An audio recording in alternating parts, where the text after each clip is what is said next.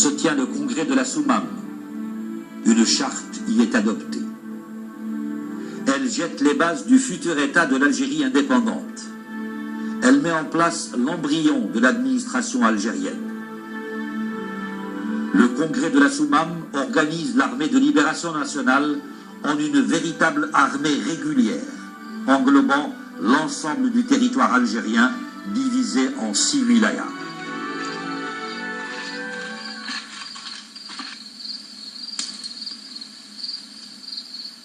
Parmi les plus importantes résolutions de la plateforme du congrès de la Soumam figure la poursuite de la lutte armée jusqu'à la conquête de l'indépendance et l'instauration d'une république démocratique et sociale garantissant une véritable égalité entre tous les citoyens.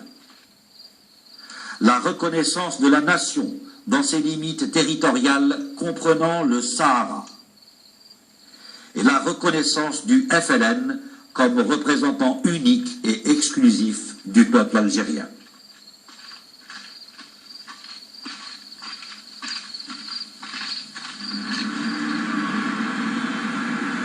Le CCE, le Comité de coordination et d'exécution, organe issu du congrès de la Soumam en cet été 1956, décide de porter la lutte dans les centres urbains. 3 raisons président à la décision des dirigeants du CCE.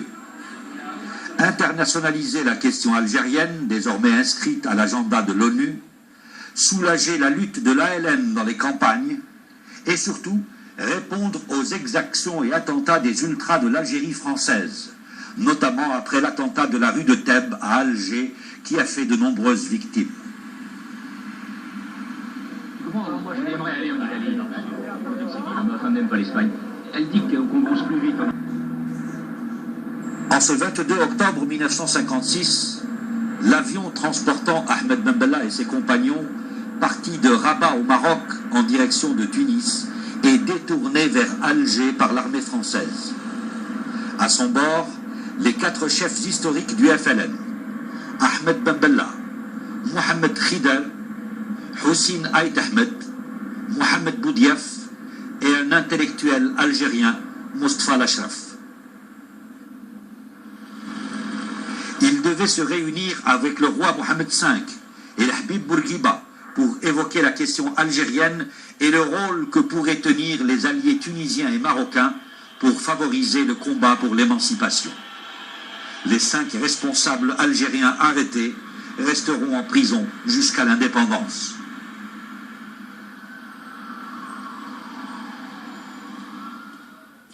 Le 1er décembre 1956, le général Salan remplace le général Loriot au commandement des forces armées en Algérie. Face à la guérilla que mène le FLN, Loriot est accusé de mollesse, tandis que Salan, un ancien d'Indochine, est réputé employer des méthodes expéditives.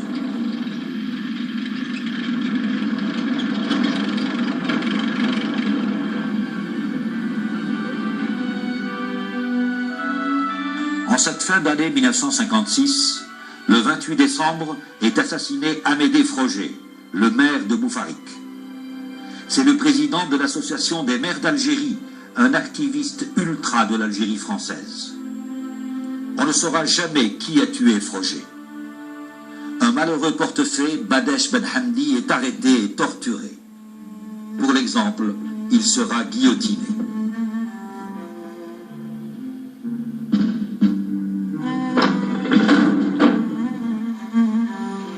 Avec l'exécution de Zabana, l'attentat de la rue de Thèbes en août, les bombes du Milk Bar et de la cafétéria du réseau Youssef Saadi et l'exécution du maire de Boufarik, l'Algérie s'installe dans une guerre totale et sans merci.